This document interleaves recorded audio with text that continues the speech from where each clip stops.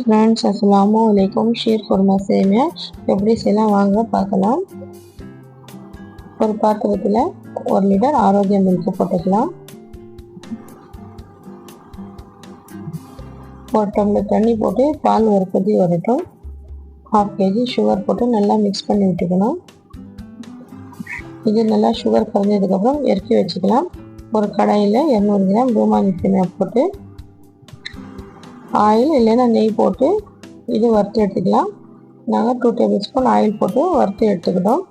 சூடான பாலில் இது போட்டுக்கலாம். போட்டு நல்லா மிக்ஸ் பண்ணி விட்டுட்டு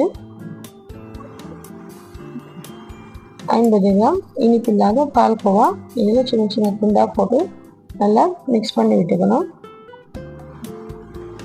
இது கொஞ்சம் நேரம் மூடி போட்டு விட்டுட்டு இதுக்கு தேவையான நட்ஸு வறுத்து எடுத்துக்கலாம். தேவையான ஆயில் போட்டு 2 பட்டை 2 ஏலக்காய் பாதாம் கட் பண்ணி தோல் சீவி கட் பண்ணது இதில் போட்டுக்கலாம். முந்திரி,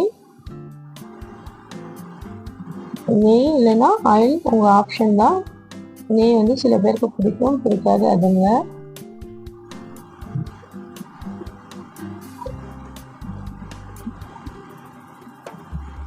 திராட்சை போட்டு இது வறுத்து எடுத்து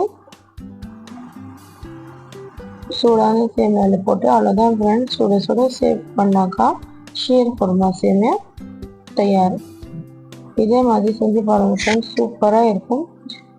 வீடியோ பிடிச்சிருந்தா லைக் பண்ணுங்கள், ஷேர் பண்ணுங்கள், கமெண்ட்ஸ் பண்ணுங்கள். ஏஎஸ் ஹோம் கிச்சன் தமிழ் சேனலுக்கு சப்ஸ்கிரைப் பண்ணுங்கள். தேங்க்யூ.